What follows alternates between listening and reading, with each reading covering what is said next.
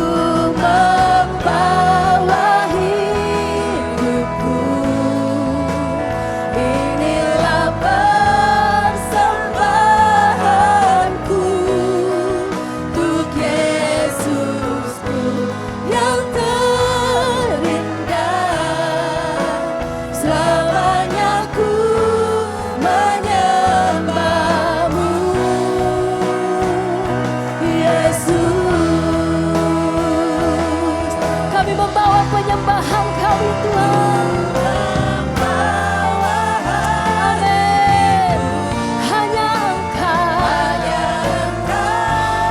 di hidupku, Yesusku, Kau terindah. Selamanya ku menyembahmu, ku membawa hidupku. Ini persembahan kami,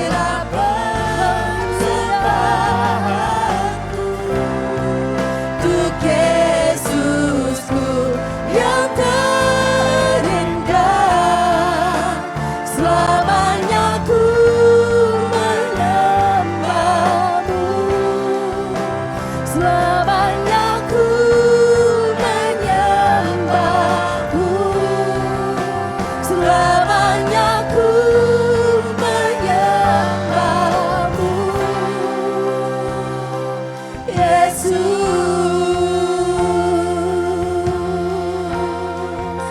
Selamanya kami mau menyembah Engkau.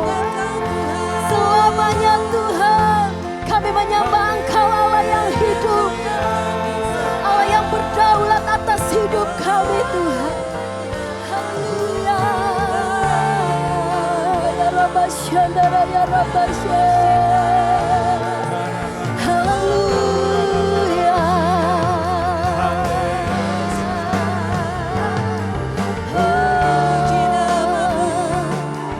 Kami mengangkat tangan kami Tuhan.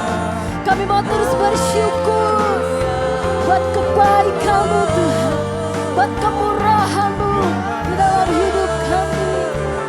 Ya Rabba Shandara, ya Rabba Shandara, ya Rabba Shandara. Haleluya, haleluya. Engkau dahsyat Tuhan, perbuatan-Mu ajaib.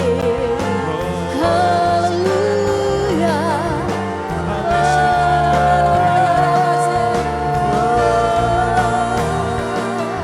Haleluya. Haleluya.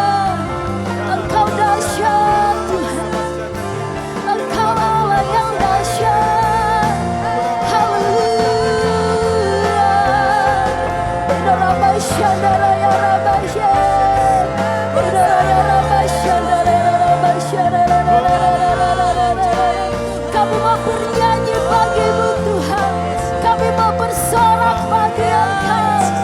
Haleluya.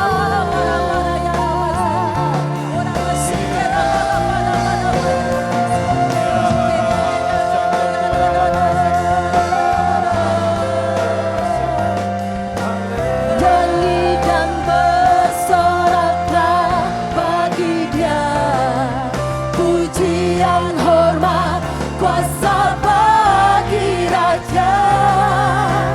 Gunung tunduk, laut bergelora, mendengar nama-Mu. Ku bersuka atas perbuatan-Mu, selamanya ku kasihi Engkau Tuhan. Tiada janji seperti yang ada padamu. Saudara jemaat Tuhan untuk bangkit berdiri. Mari angkat tanganmu di hadapan Tuhan, katakan, nyanyi dan bersoraklah bagi Dia, pujian, hormat, kuasa bagi Raja. Gunung tunduk,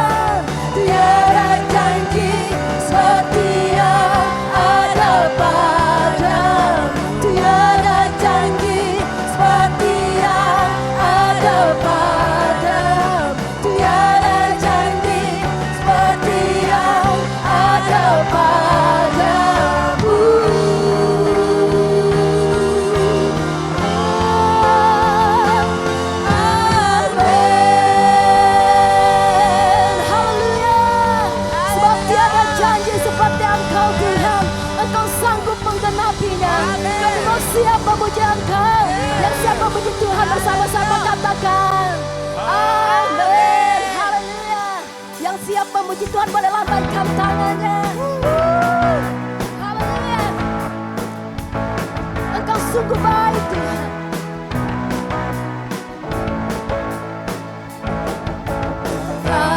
Terlukiskan kasih yang Kau berikan, karya termekan,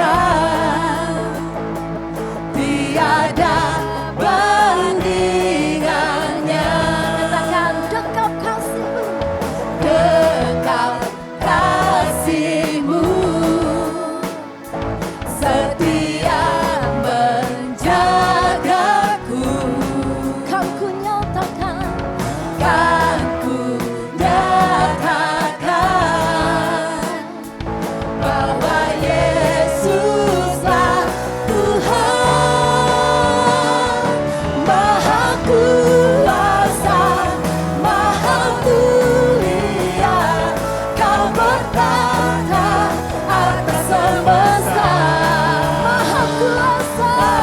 Kuasa, Maha Mulia, dulu sekarang sampai selamanya. Haleluya. Tak terlukiskan Kasih-Mu Tuhan, kasih yang Kau berikan, karya termekan, tiada bandingannya. dekap kasih-Mu, Dekap kasih-Mu, setia menjagaku. Kan ku nyatakan bahwa Yesuslah Tuhan. semua katakan Maha Kuasa, Maha Mulia. Kau bertata atas semesta. Maha Kuasa, Maha Mulia, dulu sekarang sampai selamanya. siapa yang percaya bahwa kedahsyatan Tuhan dulu, sekarang sampai selama-lamanya. Haleluya. Haleluya.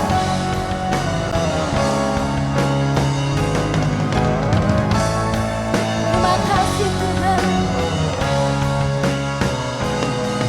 Maha Kuasa, Maha Mulia, Kau bertata atas semesta.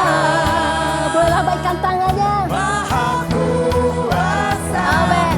Maha Mulia, dulu sekarang sampai selamanya.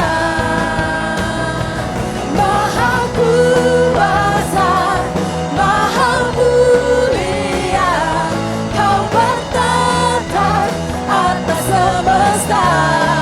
Maha Kuasa. Kuasa, Maha Mulia, dulu sekarang sampai selamanya. Dulu sekarang sampai selamanya. Katakan dulu sekarang sampai selamanya. Haleluya. Sebab Engkau hidup di dalam kami Tuhan. Haleluya. Haleluya. Engkau hidup di dalam kami.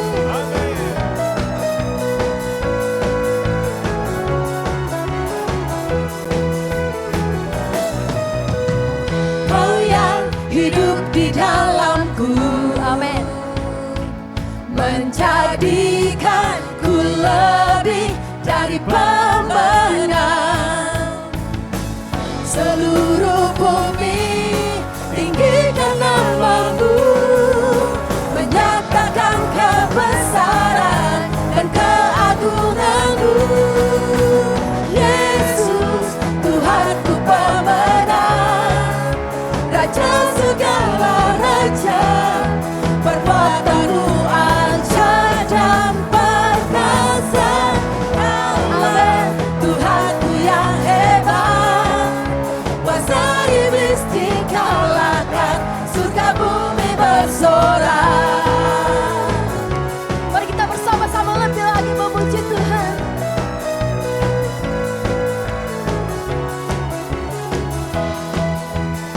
Bersama-sama katakan, Kau yang hidup di dalamku, menjadikanku apa Bapak Ibu?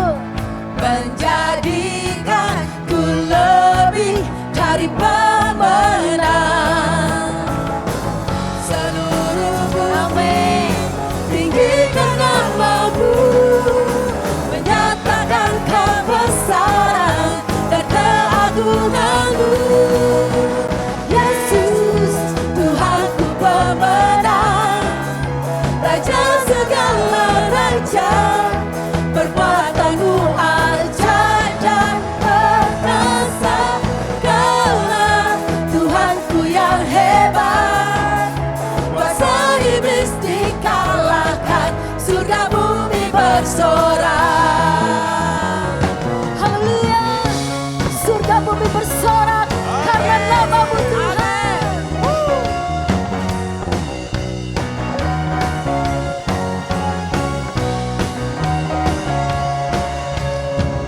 Seluruh bumi tinggikan nama-Mu, menyatakan kebesaran dan keagungan-Mu. Yesus, Tuhanku pemenang, Raja segala raja, perbuatan-Mu ajaib dan perkasa. Kaulah Tuhanku yang hebat, kuasa iblis dikalahkan, surga bumi bersorak.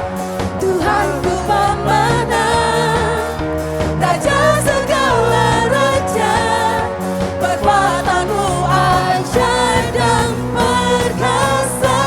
Kaulah Tuhanku yang hebat, kuasa iblis dikalahkan, surga bumi bersorak.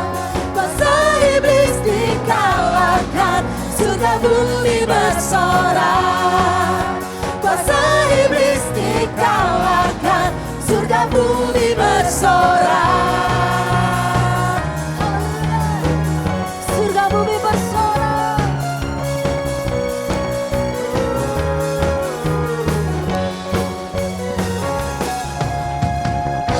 Haleluya. Surga bumi bersorak. Amin. Haleluya. Silakan duduk Bapak Ibu yang terkasih dalam Tuhan kita Yesus Kristus. Haleluya.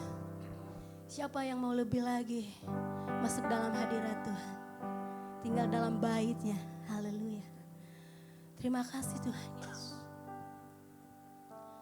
Pagi hari ini Tuhan, kami mau nyatakan Engkau Tuhan kami, Engkau Allah kami. Kami rindu Tuhan, diam tinggal di dalam bait-Mu Tuhan Yesus, menikmati hadirat.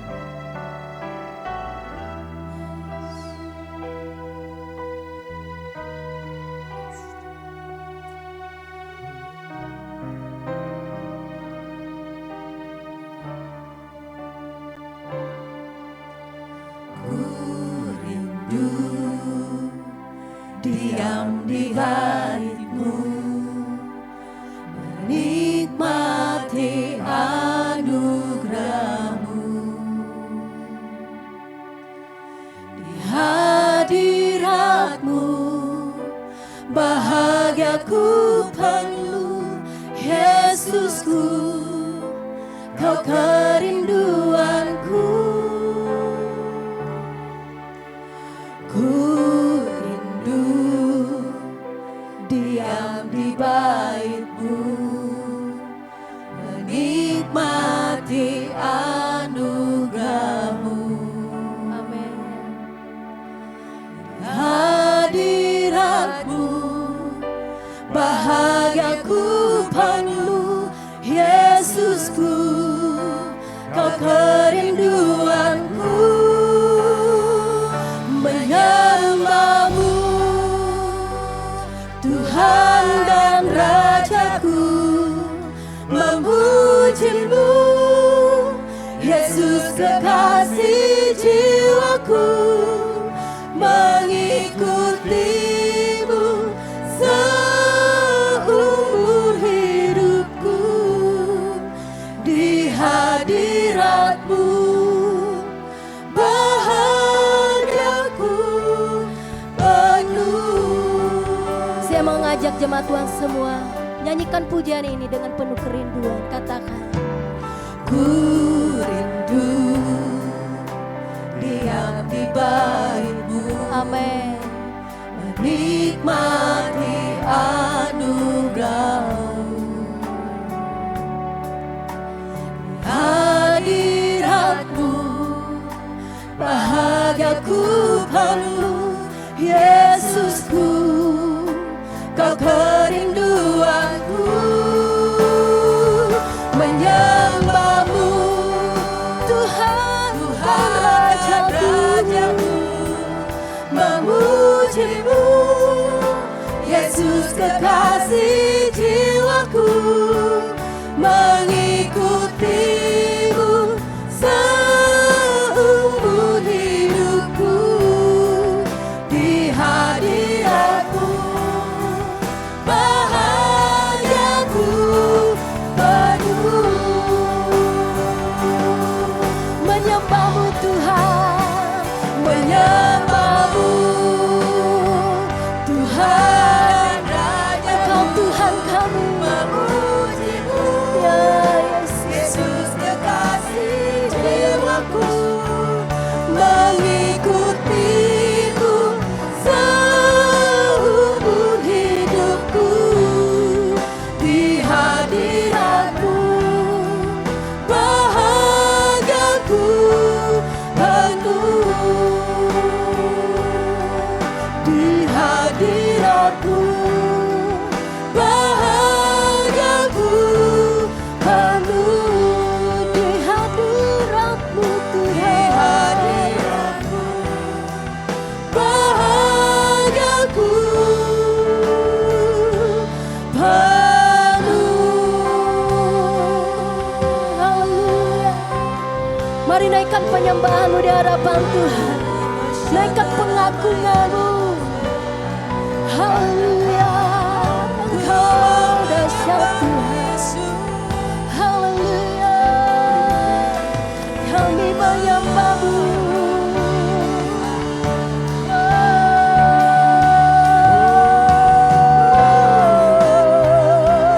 Hidaraya Rabbai Shandaraya Rabbai Sheh.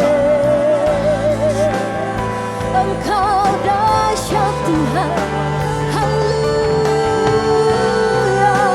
Hidarabbai Shandaraya Rabbai Sheh. Hidaraya Rabbai Shandaraya Rabbai Sheh. Terima kasih Tuhan. Terima kasih buat pengorbanan-Mu, buat penyertaan-Mu dalam hidup kami Tuhan.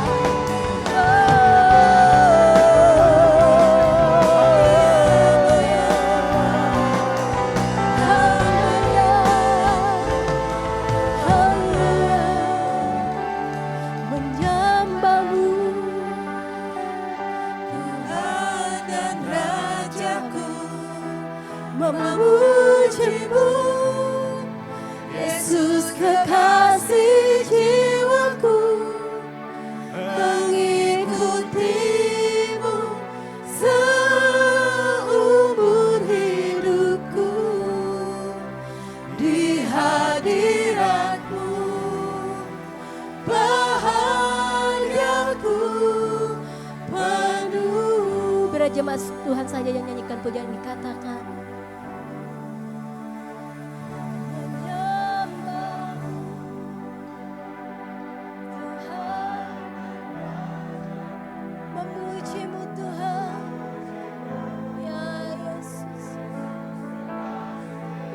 Ya Rabba Shandala. Ya Rabba Shandala. Ya Rabba di hadiratmu bahagiaku. Saya undang jemaat Tuhan semua untuk bangkit berdiri. Angkat tanganmu di hadapan Tuhan. Amin. Tuhan dan Rajaku, memujimu, Yesus kekasih jiwaku, mengikutimu seumur hidupku. Di hadiratmu bahagiaku penuh. Menyembahmu, Tuhan dan Rajaku, memujimu, Yesus kekasih jiwaku, mengikutimu seumur hidupku. Di hadiratmu bahagiaku penuh.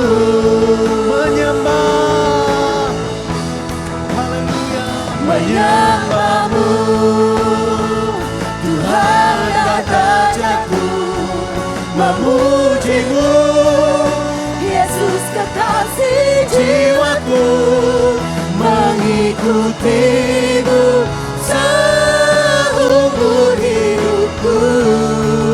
Di hadiratmu bahagiaku penuh. Di hadiratmu bahagiaku penuh. Di hadiratmu bahagiaku penuh. Tepuk tangan yang meriah buat Tuhan kita. Haleluya, haleluya, haleluya. Terima kasih Tuhan, terima kasih. Bapa, kami mengucap syukur pagi hari ini kami dalam hadirat-Mu. Kami percaya di hadirat-Mu ada kekuatan yang baru. Di hadirat-Mu ada sukacita.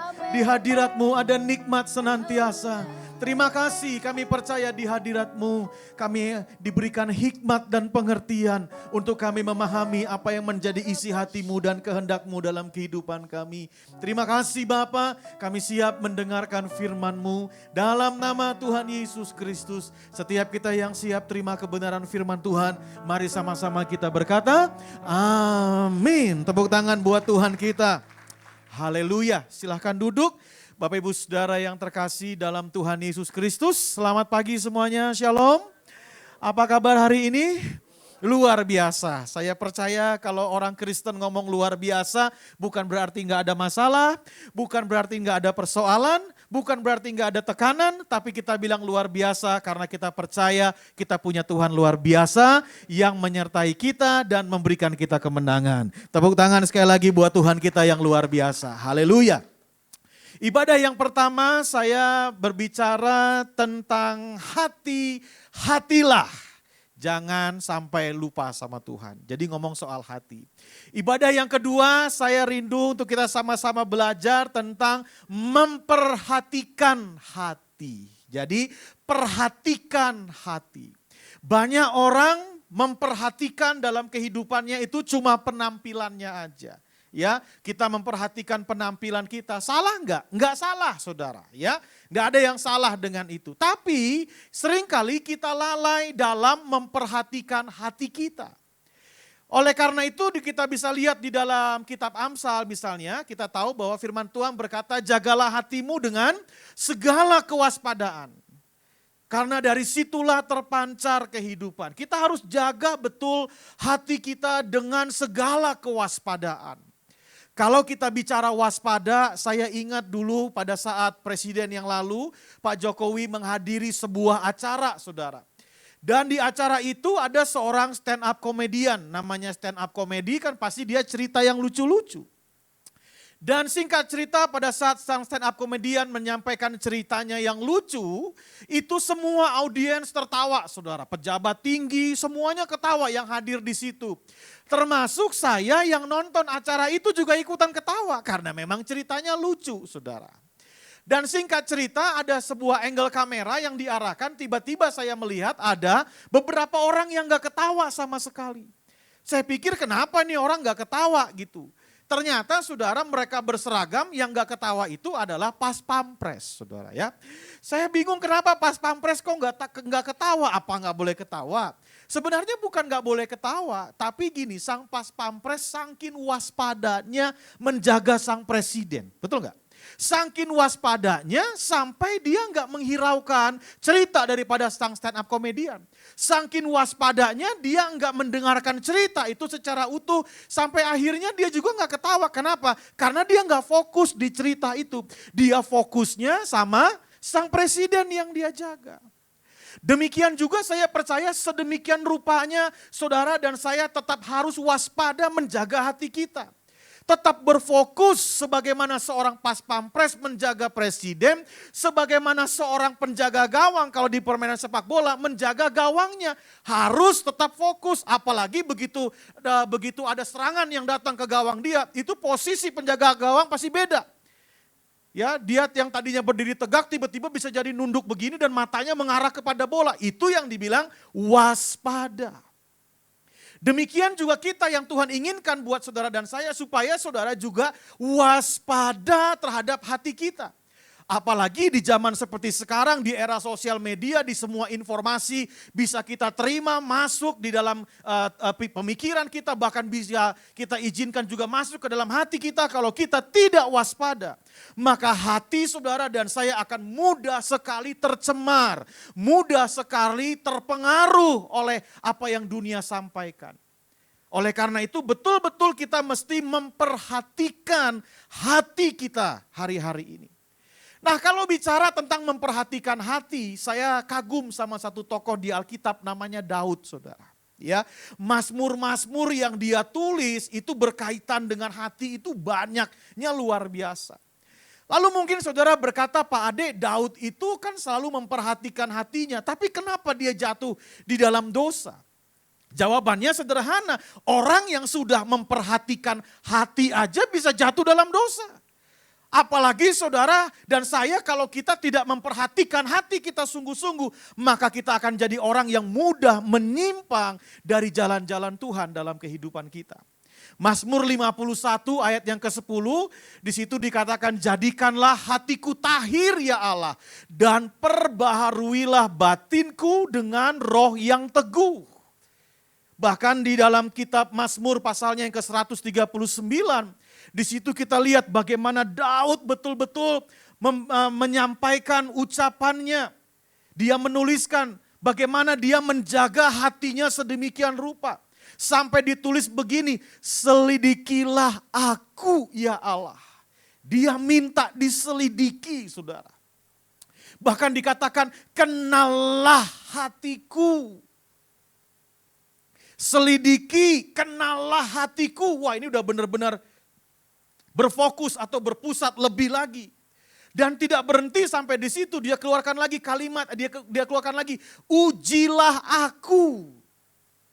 Saya percaya nggak ada yang lain untuk mengetahui apa yang tersimpan di bagian dalam hati kita. Caranya cuma satu, lewat ujian, betul enggak? Kalau kita enggak diuji, kita nggak pernah tahu apa yang sesungguhnya tersimpan di dalam hati kita. Setelah kita diuji, kita jadi mengerti, oh ternyata saya masih sombong. Begitu diuji kita jadi ngerti, oh ternyata saya masih boros. Begitu diuji kita jadi mengerti, oh ternyata saya orang yang keras hati, keras kepala. Setelah melewati ujian kita akan tahu apa yang tersimpan di dalam hati kita. Dulu saya kalau dengar orang nyanyi, ujilah aku Tuhan. Saya bilang, wah ini orang luar biasa nantangin Tuhan. Itu dulu saudara. Tapi dengan berjalannya waktu, kalimat ujilah aku Tuhan juga menjadi doa saya. Kenapa? Karena saya dapati dalam hidup ini, saya sendiri tidak akan pernah tahu apa yang tersimpan di bagian dalam hati saya sampai Tuhan mengujinya. Kadang-kadang kita merasa udah nggak sombong, betul nggak? Begitu ujian datang, kita jadi terbuka. Wah, ternyata saya masih sombong. Kadang-kadang kita nggak tahu, kita udah keras kepala. Begitu ujian datang, kita jadi tahu bahwa ada banyak hal dalam hidup kita yang perlu diperbaiki. Itu makanya Raja Daud menuliskan, ujilah aku. Jadi hari ini saya mau berdoa, saya mau mengajak saudara dan saya jangan takut untuk Tuhan minta uji, untuk kita minta kepada Tuhan hati kita diuji. Amin. Ya, ujilah aku dan kenallah pikiran-pikiranku, lihatlah apakah jalanku serong. Kadang-kadang kita nggak ngeh kalau jalan kita udah serong. Kalau kita udah jauh menyimpang, jangan sampai jauh menyimpang, ya. Dan tuntunlah aku di jalan yang kekal. Sedemikian rupa Raja Daud menyampaikan dalam Mazmurnya, beginilah memproteksi hati kita. Bahkan ketika kita berespon terhadap segala sesuatu yang terjadi, kita minta hati kita diuji, saudara. Saya mau cerita nih, di sini aja saya cerita, tempat lain gak usah cerita, sini aja ya. Jangan kasih tahu siapa-siapa, bilang kiri kanannya, jangan bilang-bilang siapa-siapa. Jadi beberapa waktu yang lalu, saudara, ya ibadah kedua lebih panjang waktunya, jadi kita selesai jam 3 sore ya. Haleluya. Jadi beberapa waktu yang lalu itu saya kadang-kadang ujian datang kan nggak ngomong-ngomong kan, betul nggak ya? Tuhan tuh nggak pernah ngomong gini, hari ini kamu diuji ya. Nggak ada saudara. Ya, ujiannya Tuhan tuh waduh dia bisa mendadak saudara. Jadi suatu hari saya pelayanan di Jakarta, itu di kawasan perumahan yang elit sekali saudara. Ya kalau masuk di situ waduh perumahannya besar-besar sekali ya. Di situ di dalam perumahan itu ada gereja. Nah, saya sebelum menuju pelayanan ke situ, saya pelayanan dulu di tempat yang lain. Nah, mereka tuh ibadahnya siang, jadi udah lewat jam makan siang lah. Sementara saya belum makan siang. Jadi saya cari makan siang di sekitaran situ. Lalu ada di situ satu namanya daerah mewah ya, ada juga restoran yang saya tahu cukup mahal untuk saya makan di situ. Tapi kalau saya makan di situ, saya takut penyajiannya lama, malah saya terlambat pelayanan. Jadi saya mau cari yang cepat-cepat aja.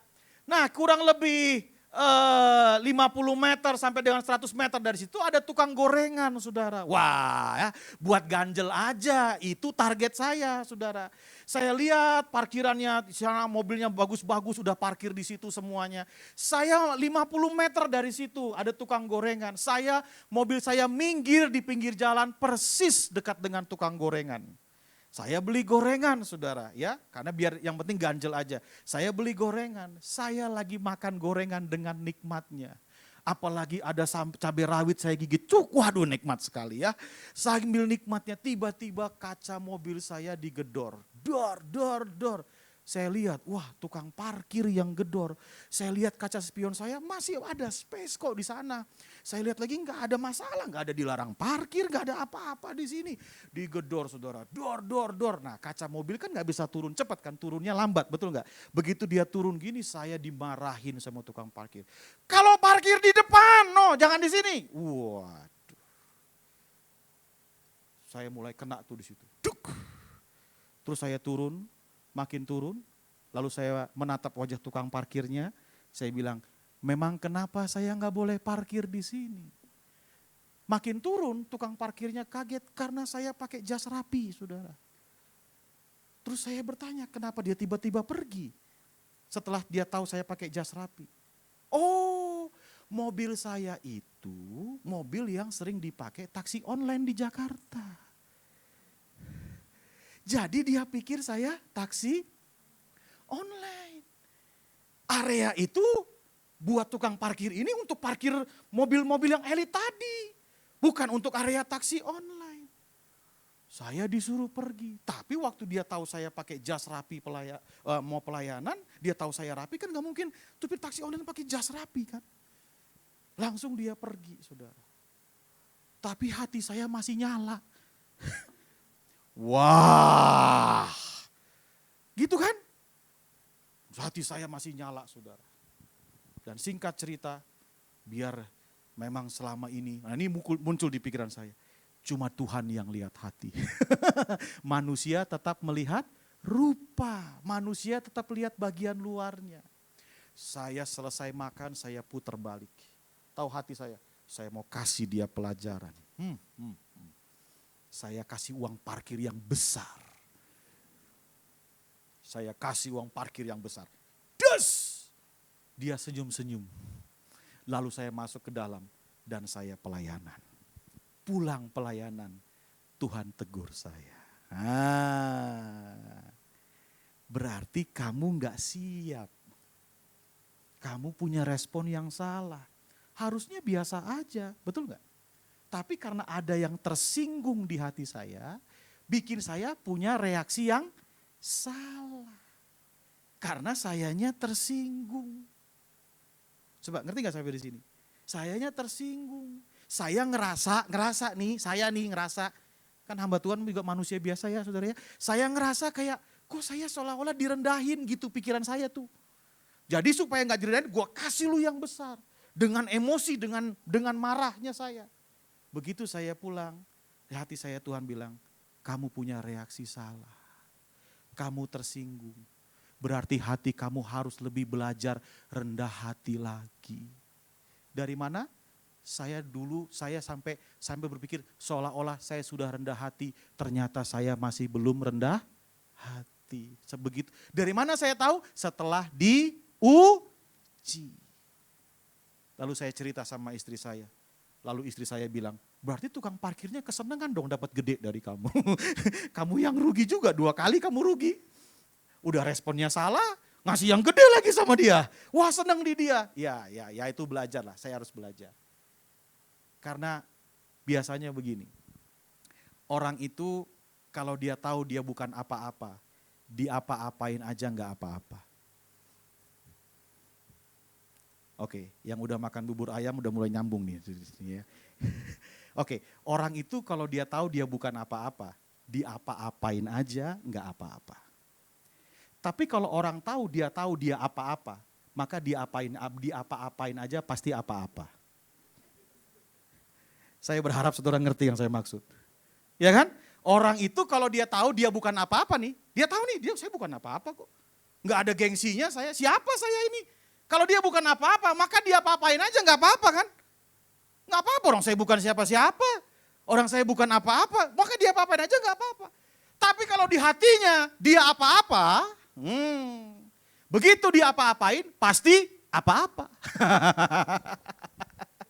Puji Tuhan saudara mengerti, tepuk tangan dulu buat Tuhan kita. Berarti ada apa-apa di hati saya, betul gak saudara? Dari mana saya tahu? Waktu Tuhan uji hari itu. Saya minta ampun di hadapan Tuhan, respon saya masih salah. Saya berharap di kemudian hari saya bisa punya respon yang benar. Demikian juga dalam kehidupan kita di hari-hari kita. Berikutnya, jadi hati itu merupakan pusat perhatian Tuhan dalam kehidupan manusia. Tuhan memperhatikan hati kita. Itu makanya pada saat kita bertobat, Tuhan menjamah hati kita. Ketika kita lemah, Tuhan menjamah hati kita. Ketika kita perlu dikuatkan, Tuhan menjamah hati kita. Dia tidak jamah yang lain, dia menjamah hati kita. Karena hati merupakan pusat perhatian Tuhan dalam kehidupan manusia. Slide berikutnya, Matius 15 ayat 8 sampai dengan ayat yang ke-9. Bangsa ini memuliakan aku dengan bibirnya. Padahal hatinya apa? Jauh daripadaku. Jadi Tuhan lihat hati kita. Bukan sekedar ucapan-ucapan kita, aktivitas kita datang ke gereja. Aduh saudara, zaman sekarang orang ke gereja motivasinya banyak banget. Enggak cuma cari Tuhan, ada yang cari koneksi saudara. Supaya bisnisnya semakin luas. Kali aja nemu di sini, macam-macam motivasi orang datang ke gereja. Tetapi apapun motivasi kita, bagaimana kita datang ke tempat ini, saya percaya apapun yang saudara lakukan di ruangan ini, saat kita tadi memuji menyembah Tuhan dan mendengarkan firman Tuhan, Tuhan melihat hati saudara dan saya. Orang yang melayani seperti saya juga, Tuhan melihat hati saya. Tuhan melihat hati kita, dari hati kitalah Tuhan menilai apa yang kita kerjakan. Dan apa yang terjadi kalau hati ini tidak diperhatikan? Slide berikutnya. Ya, apa yang terjadi dalam hidup kita kalau kita tidak memperhatikan hati kita? kalau hati kita tidak kita perhatikan. Slide berikutnya. Saya ketemu ada 5 dalam tanda petik dosa hati. Ya, terserah saudara deh, mau bilang dosa, mau bilang sampah, mau bilang apa. Saya ketemu nih. Kalau misalnya kita tidak menjaga, kalau kita tidak betul-betul memperhatikan hati kita. Yang pertama, katakan sakit hati. 1, 2, sakit hati. Sesungguhnya orang bodoh dibunuh oleh sakit hati. Dan orang bebal dimatikan oleh iri hati. Kita akan gampang jadi orang yang sakit hati. Dan sakit hati itu bisa membunuh kita. Kok bisa membunuh Pak? Ya ampun, orang tuh kalau udah sakit hati, dunianya semakin lama semakin sempit. Dan saya mau kasih tahu, tidak ada kelegaan, tidak ada kemerdekaan, tidak ada kebebasan sama sekali buat orang yang udah sakit hati. Kalau ada orang menyakiti hati kita, pasti kecenderungan kita pengen orang itu kenapa-kenapa. Betul nggak saudara? Ya. Yang terjadi sebaliknya. Ternyata orang itu diberkati Tuhan. Yang kenapa-kenapa siapa? Kita. Karena kita senep sendiri. Betul nggak? Nggak lama kemudian dia kesaksian lagi. Bahwa puji Tuhan anak saya sekarang sudah bisa kerja di luar negeri dengan gaji fantastis. Saudara yang makin kenapa-kenapa kan? Makin ketekan dada kita. Ketekan saudara. Habis itu dia kesaksian. Puji Tuhan sekarang usaha saya berkembang luar biasa. Makin ketekan dada saudara. Lama-lama nafas saudara jadi bunyi. Ngak-ngik, ngak-ngik, ngak-ngik. Yang menyakiti hati saudara, dia minum kopi, dia ketawa-ketawa. Tapi saudara yang sakit, betul nggak? Makanya ada satu hamba Tuhan bilang, kalau orang sakit hati dan tidak mau mengampuni, itu sama dengan dia yang minum racun, dia berharap orang itu yang mati. Nggak bisa. Kalau kita yang minum racun, pasti kita yang mati. Nah itulah orang kalau sakit hati dan tidak mau mengampuni. Nah ini kita akan jadi mudah sakit hati kalau kita tidak mau menjaga, tidak mau memperhatikan hati kita. Yang kedua yang saya temukan adalah tawar hati. Katakan sama saya tawar hati. Tawar hati. Amsal 24 ayat 10. Jika engkau tawar hati pada masa kesesakan, kecillah kekuatanmu. Orang tuh kalau udah tawar hati, udah nggak ada inisiatif, udah nggak ada semangat, apapun. Kalau dia udah tawar hati sama pelayanan, dia udah nggak ada inisiatif sama pelayanan, nggak ada semangat sama pelayanan. Kalau dia tawar hati sama pasangannya, maka dia juga nggak ada inisiatif sama pasangannya, udah malas, udah segala macam sama pasangannya, sama keluarganya dan lain sebagainya, sama teman-teman sendiri. Kalau udah tawar hati, maka kita nggak punya kekuatan apa-apa. Nah ini semua itu benturan-benturan yang bakal masuk ke hati saudara. Kalau saudara tidak memperhatikan hatimu. Setiap hari, bukan cuma sekedar setiap event, enggak. Setiap hari kita harus selalu memperhatikan hati kita. Yang ketiga, yang berikutnya saya ketemu ini, panas hati. Berhentilah marah dan tinggalkanlah panas hati itu. Jangan marah, itu hanya membawa kepada kejahatan. Panas hati, saudara. Kalau kita nggak jaga hati, hati kita gampang panas. Nah di zaman sekarang panas itu bukan cuma marah. Kita bisa panas karena tetangga kita beli kulkas baru, betul nggak? Kalau nggak jaga hati kita bisa panas. Kita bisa panas. Kalau misalnya lihat tetangga kita ganti mobil baru sementara kita belum ganti-ganti mobil. Kita panas. Bahkan di sosial media kita bisa lihat teman-teman kita bisa liburan ke luar negeri. Sementara keluar nagrek aja kita enggak. Kita panas. Dan mending kalau cuman panas tapi punya reaksi terhadap panas itu. Tadi saya punya reaksi ya terhadap tukang parkir tadi. Betul enggak? Reaksi saya kasih kamu gede biar kamu tahu siapa saya. Kira-kira gitulah ya sombongnya seorang Ade Surya. Ya. Masih ada gitunya saudara ya. Waduh begitu. Nah kadang-kadang orang bukan cuman ngelihat gini enggak. Kadang-kadang orang panas tapi punya reaksi. Wah dia udah makan di restoran itu sementara restoran itu mahal.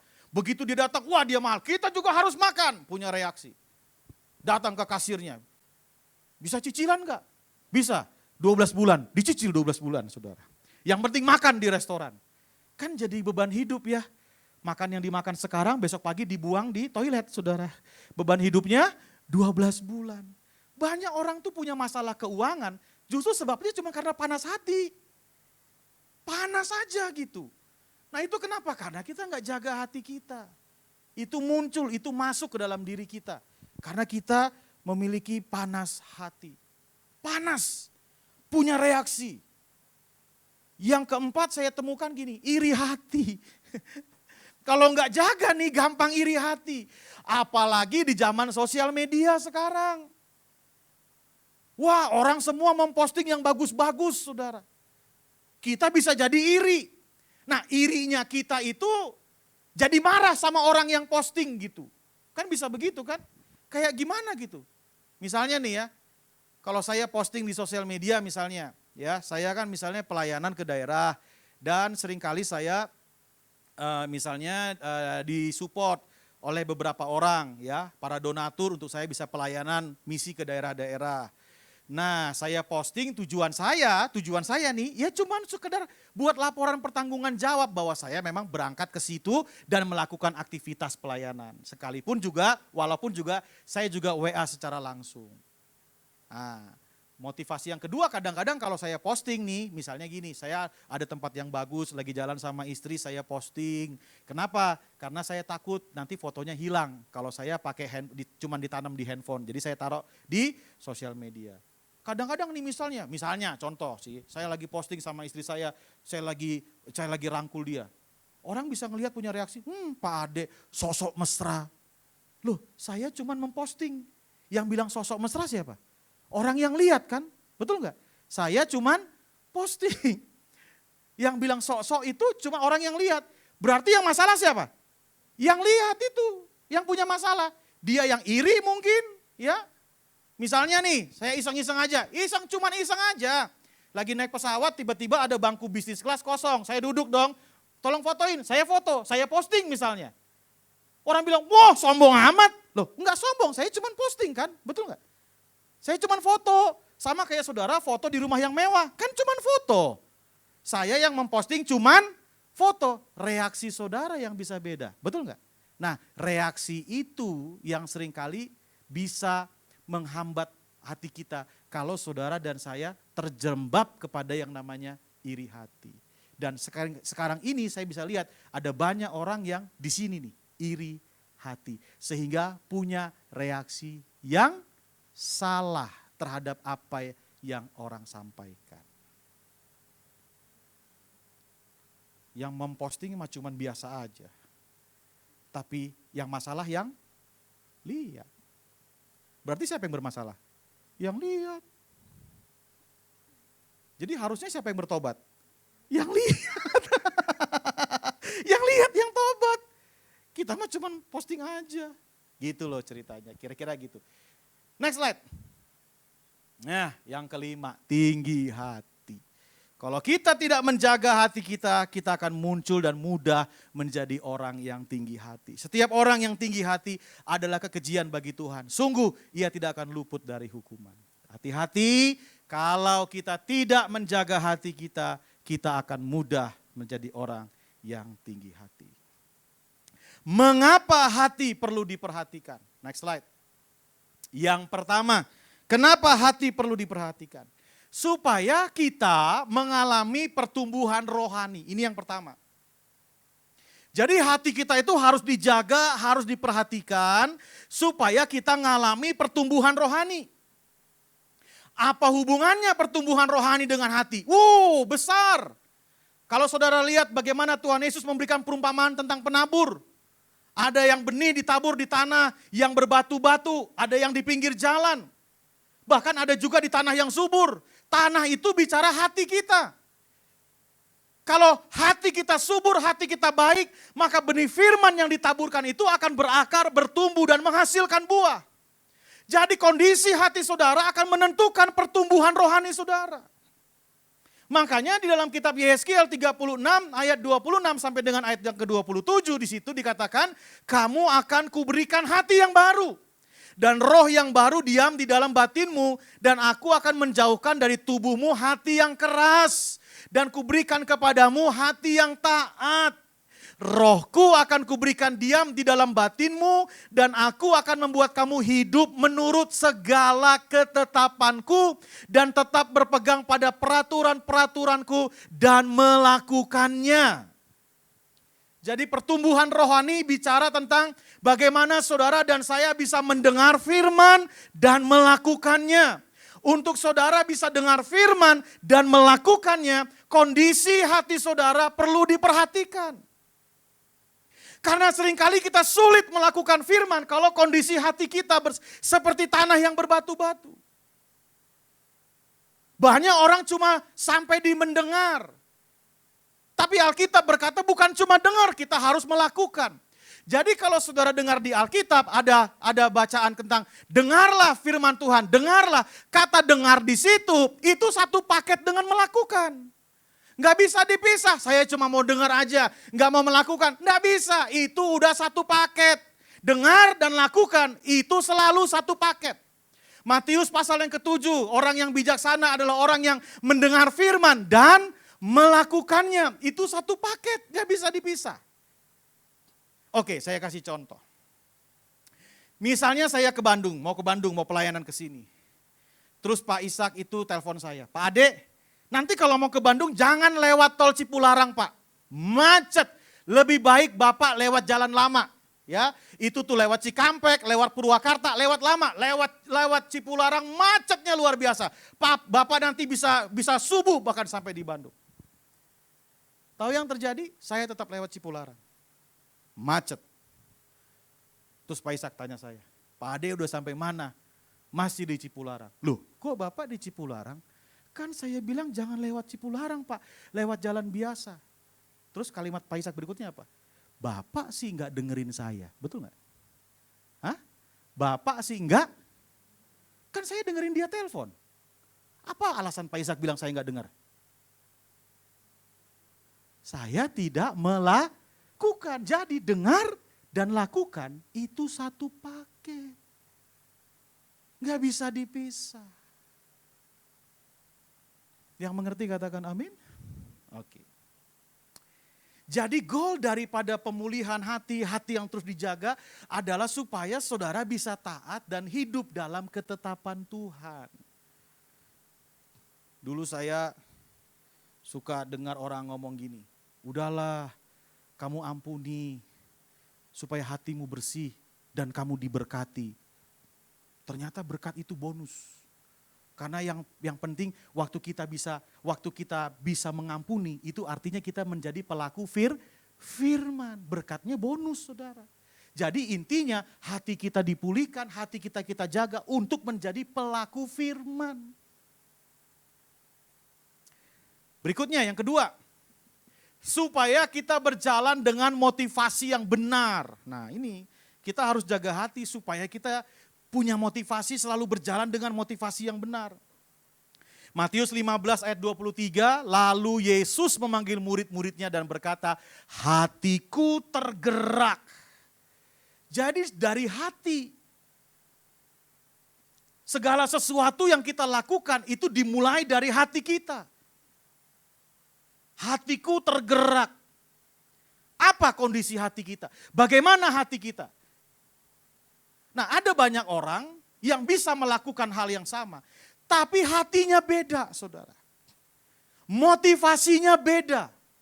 Nah kalau kita nggak jaga hati, kita bisa melakukan aktivitas yang sama. Kayak sekarang nih, kita bisa ke gereja yang sama, kita bisa nyanyi lagu yang sama, kita bisa dengarkan firman yang sama, kita bisa berjabatan tangan dengan orang yang sama. Tapi motivasi kita melakukan itu semua bisa berbeda.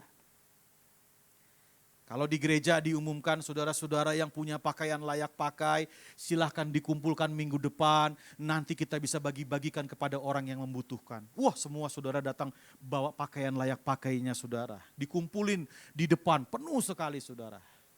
Semua bawa baju pakaian layak pakai, tapi bisa motivasinya beda. Ada orang yang pertama bawa ke situ ya karena memang mau ngasih, mau bawa, mau jadi berkat. Ada orang yang bawa pakaian sambil berkata, puji Tuhan, akhirnya lemari saya kosong lagi dan saya bisa belanja baju yang baru lagi. Sama-sama bawa pakaian layak pakai, tapi motivasinya beda. Supaya kita bisa jalan dengan motivasi yang benar. Yang ketiga, yang terakhir, supaya kita punya hubungan yang baik dengan sesama. Ya, supaya saudara dan saya punya hubungan yang baik dengan sesama. Lukas 6 ayat 45. Firman Tuhan berkata, orang yang baik mengeluarkan barang yang baik dari perbendaharaan hatinya yang baik, dan orang yang jahat mengeluarkan barang yang jahat dari perbendaharaannya yang jahat. Karena yang diucapkan apa? Mulutnya meluap dari hatinya. Kenapa saya bilang punya hubungan yang baik? Karena seringkali hubungan kita dengan sesama rusak karena perkataan kita. Betul nggak? Karena perkataan orang tersakiti. Karena perkataan orang merasa direndahkan. Betul nggak? Karena perkataan, semua bicara karena perkataan, karena perkataan, karena perkataan. Kenapa? Kamu kok sekarang sama dia beda? Wah, dia kemarin habis ngatain saya, kemarin dia habis ngomongin saya. Semua karena perkataan. Dan perkataan yang terucap itu, perkataan yang menyakitkan itu, keluarnya dari hati.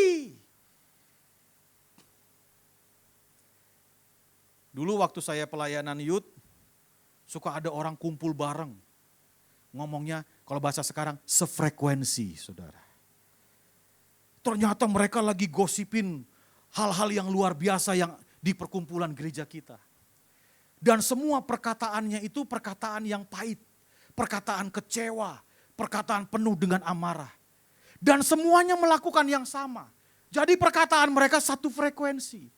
Makanya kita sebut BSH, barisan sakit hati, saudara. Perkataannya sama. Jadi ternyata yang bikin perkataan mereka sama, yang bikin mereka sefrekuensi apa? Perkataannya bukan, tapi apa? Hatinya yang kecewa. Hatinya yang sakit hati. Itu yang bikin mereka sefrekuensi. Jadi yang seringkali bikin kita sefrekuensi dengan orang lain bukan perkataannya aja. Tapi apa? Hati kita. Nah sekarang kita bisa cek. Kalau kumpulan kita udah sering banyak ngomongin kejelekan orang, berarti kita berkumpul dengan orang-orang yang satu frekuensi, yang hatinya sama. Kecewa. Kelihatan kok. Tapi kalau kita punya relasi dengan orang-orang yang saling membangun, saling menguatkan, saling menasehati, berarti itu memang kondisi hati kita. Kita nggak mau dicemari dengan kekecewaan, kita nggak mau dicemari oleh sakit hati. Jadi dengan siapa kita berkumpul dan kalimat apa yang sering keluar dalam perkumpulan kita, itu akan menggambarkan hati kita. Yang mengerti katakan amin. Mari hari ini, jangan cuma penampilan yang dijaga, walaupun penampilan itu penting. Karena cuma Tuhan yang melihat hati. Tapi karena Tuhan punya perhatian di hati, hati kita jauh lebih penting untuk kita jaga. Karena ini yang berurusan dengan kekekalan. Bukan ini yang kita pakai, bukan.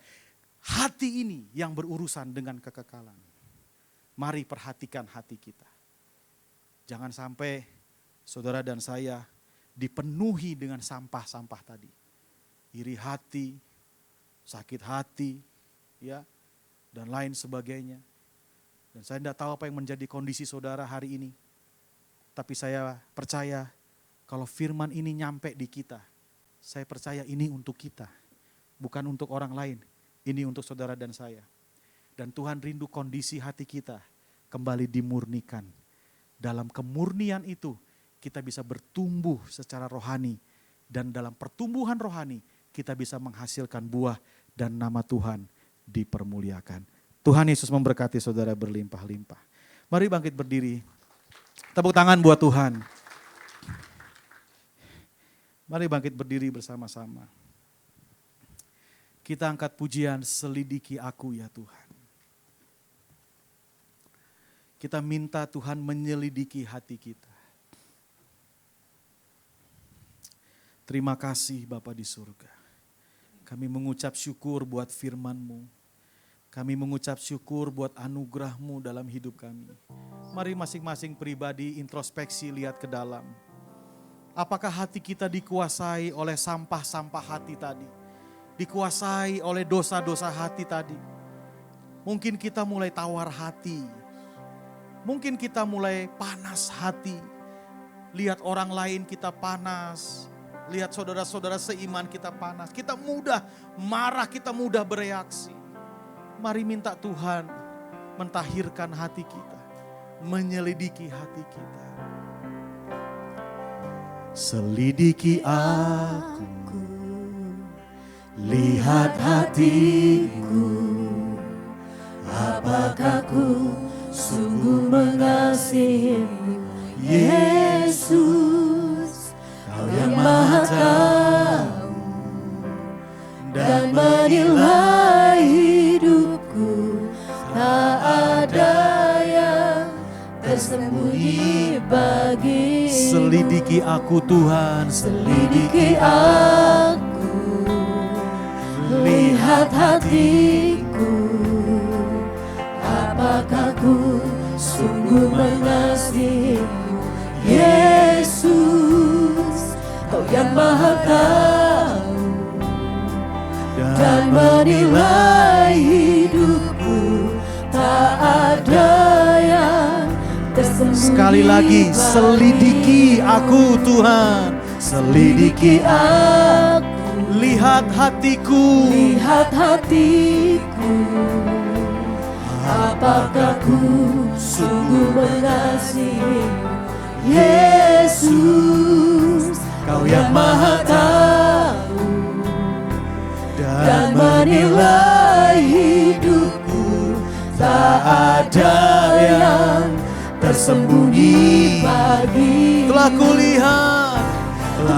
kulihat kebaikan-Mu yang tak pernah habis di hidupku.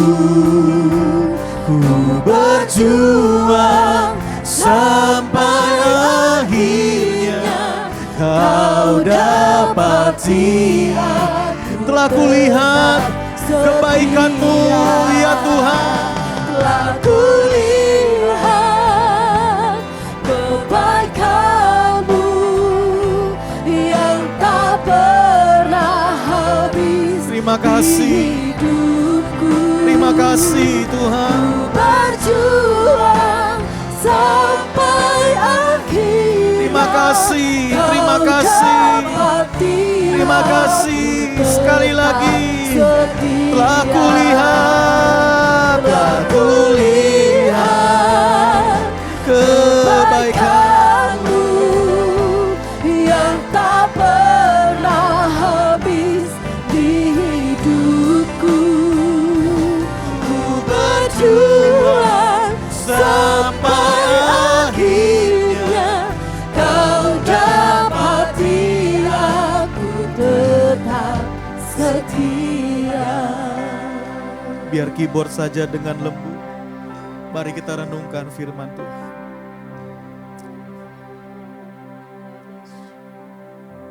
Jadikanlah hati kami tahir ya Tuhan. Perbaharuilah batin kami dengan roh yang teguh. Selidikilah aku ya Allah. Dan kenallah hatiku. Ujilah aku ya Allah. Ujilah Tuhan. Uji Tuhan. Kalau nggak diuji kami nggak tahu apa yang ada di hati kami. Kalau nggak diuji kami nggak tahu kami murni atau tercemar. Karena kami terbatas untuk bisa menyelidiki kedalaman hati kami. Kami perlu tangan-Mu menguji kami Tuhan. Untuk kami bisa tahu apa yang tersimpan dalam hati kami. Sebab seringkali kami merasa hati kami nggak ada apa-apa. Sebab seringkali kami merasa hati kami baik-baik saja. Tapi begitu ujian datang, dalam ujian itu kami mengerti apa yang tersimpan di hati kami. Dan hari ini kami tidak tahu apa yang tersimpan. Biar tangan-Mu menguji hati kami Tuhan. Kenal juga setiap pikiran-pikiran kami. Dan lihat Tuhan apakah jalan kami serong di hadapan-Mu. Dan tuntunlah kami di jalan yang kekal.